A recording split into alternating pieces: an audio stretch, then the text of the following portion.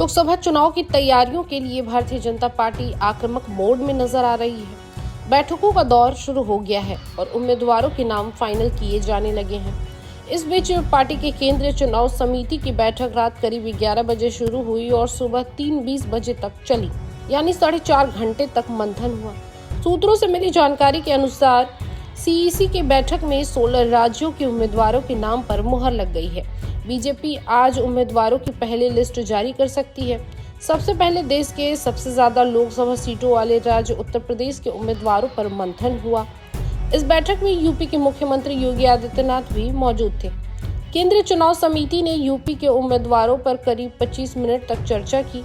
UP के बाद अब पश्चिम बंगाल के उम्मीदवारों के नाम पर चर्चा हुई। सूत्रों के मुताबिक सभी 42 सीटों पर चर्चा हुई है। इसके बाद बैठक में छत्तीसगढ़ की भी सभी लोकसभा सीटों पर चर्चा हुई। बीजेपी आज छत्तीसगढ़ की 4 लोकसभा सीटों के उम्मीदवारों का ऐलान कर सकती है। सीईसी की बैठक में तेलंगाना के उम्मीदवारों पर भी मंथन हुआ।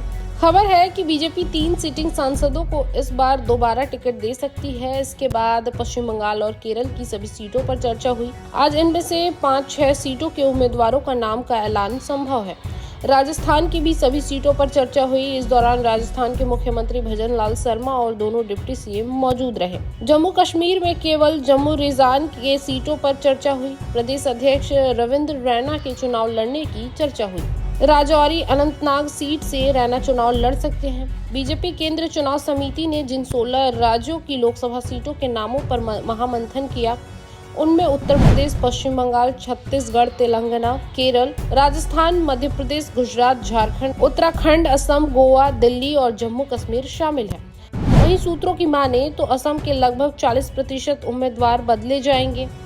सर्बानंद सोनोवाल को डिब्रूगढ़ से चुनाव लड़ाया जाएगा। डिब्रूगढ़ से केंद्रीय मंत्री रामेश्वर तेली का नाम कट गया है। पार्टी रामेश्वर तेली को राज्यसभा भेज सकती है।